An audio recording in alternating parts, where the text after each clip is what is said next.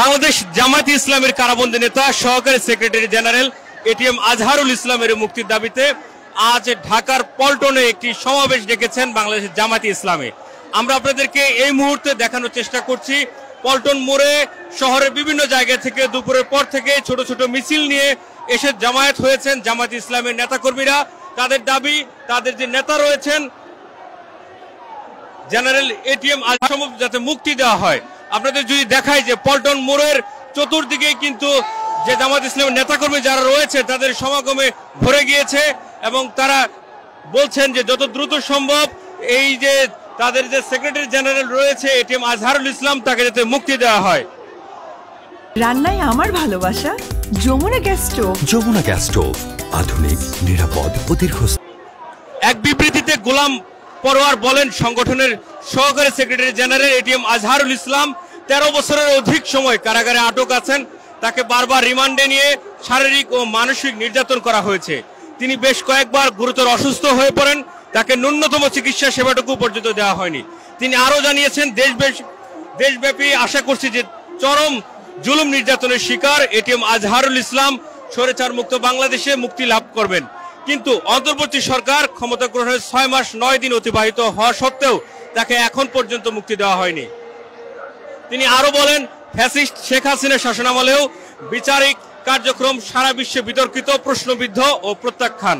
স্বৈরাচার আমলে গ্রেপ্তার আজহারুল ইসলামকে কারাগারে আটক রাখা তার প্রতি চরম জুলুম ও অন্যায় ছাড়া আর কিছু নয়। ফ্যাসিবাদ মুক্ত বাংলাদেশে তাকে যত দ্রুত সম্ভব যাতে মুক্তি দেওয়া হয়।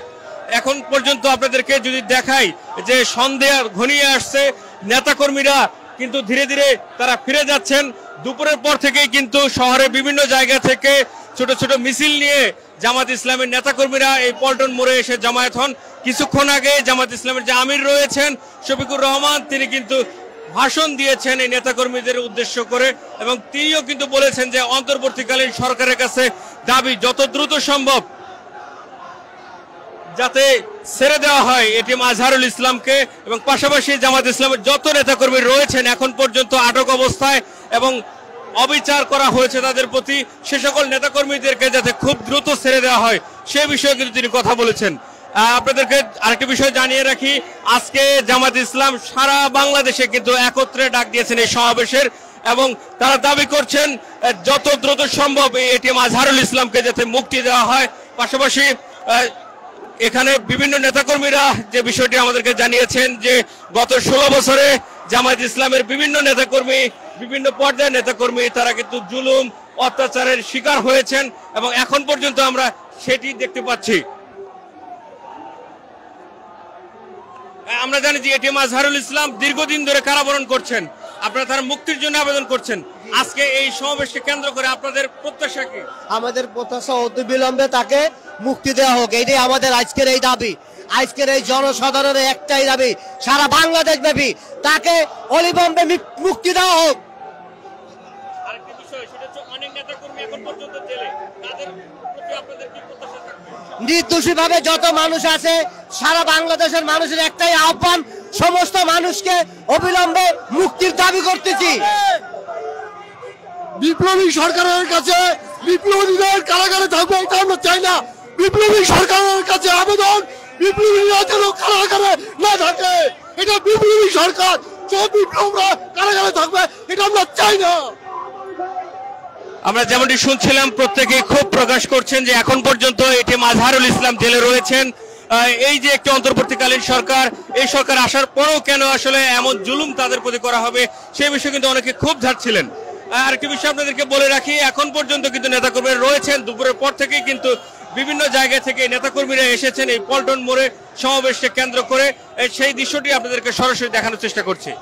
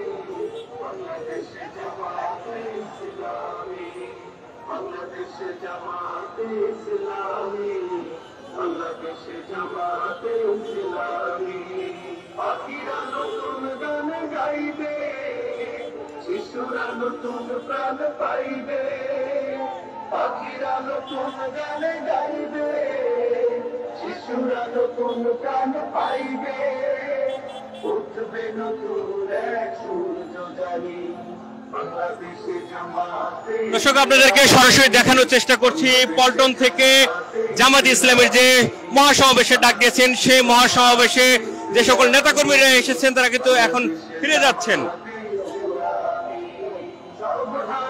মূলত আজকে জামাত ইসলামের এই যে সমাবেশ, এটি ডাকার একমাত্র কারণ হচ্ছে জামাত ইসলামের যে সহকারী সেক্রেটারি জেনারেল রয়েছেন এটিএম আজহারুল ইসলাম, তাকে এখন পর্যন্ত মুক্তি দেওয়া হয়নি। তিনি দীর্ঘদিন ধরেই কিন্তু জেল হাজতে রয়েছেন। তার মুক্তির দাবিতেই কিন্তু আজকের এই সমাবেশকে ঘিরে লোকারণ্য হয়ে গিয়েছে পুরো পল্টন মোড় জুড়ে। এই সমাবেশকে কেন্দ্র করে শুধু পল্টন মোড় নয়, বায়তুল মোকাররম, নাইটিঙ্গেল মোড়, কাকরাইল 0 পয়েন্ট এবং প্রেস ক্লাব এলাকা জুড়ে কিন্তু মানুষের সমাগম আমরা লক্ষ্য করছি।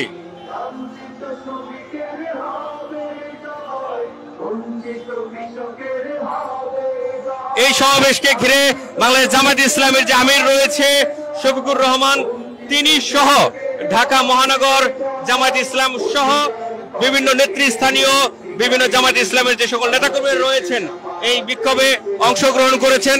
তারা কথা বলেছেন, প্রত্যেকেই জানিয়েছেন যে যত দ্রুত সম্ভব যাতে এটিএম আজহারুল ইসলামকে ছেড়ে দেওয়া হয়।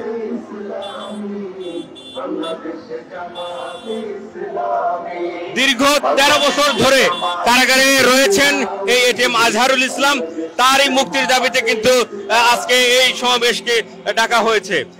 আরো যে বিষয়টি জানিয়েছেন যে দীর্ঘ 13 বছর যখন কারাগারে ছিলেন এটিএম আজহারুল ইসলাম, তার যে চিকিৎসা রয়েছে তার কোনো প্রকার চিকিৎসা করা হয়নি, তার প্রতি অবিচার করা হয়েছে এবং এই জন্যই কিন্তু আজকের এই সমাবেশে এটিএম আজহারুল ইসলামের যত দ্রুত সম্ভব তাকে ছেড়ে দেওয়ার জন্য কিন্তু সকলে মিলে এই সমাবেশে অংশগ্রহণ করেছেন।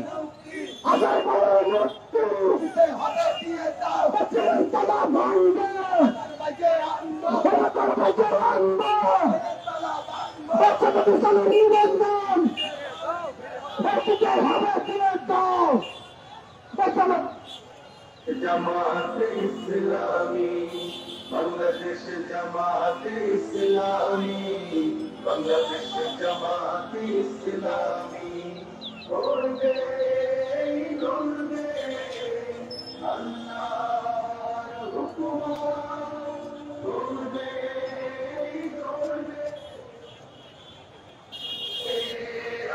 দর্শক, আপনাদেরকে আরেকটি বিষয় জানিয়ে রাখি যে এখন পর্যন্ত কিন্তু যে 0 পয়েন্ট রয়েছে সেই গুলিস্তান 0 পয়েন্ট পর্যন্ত কিন্তু নেতা কর্মীদেরকে দেখা যাচ্ছে। পাশাপাশি যদি দেখায় যে বায়তুল মোকাররমের যে মোড় রয়েছে সেই মোড় ছাড়িয়ে গিয়েছে।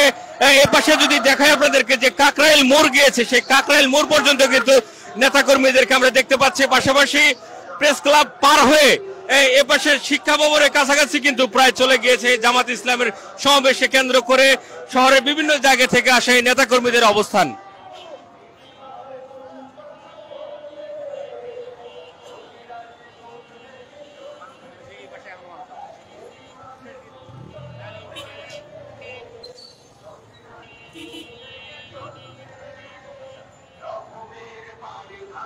দর্শক, পল্টন মোড় থেকে আপনাদেরকে দেখানোর চেষ্টা করছি যে এখনো কিন্তু পল্টন মোড়ে হাজার হাজার নেতাকর্মীরা অবস্থান করছেন। তারা কিন্তু ফিরে যাচ্ছেন তাদের এই সমাবেশ শেষ করে।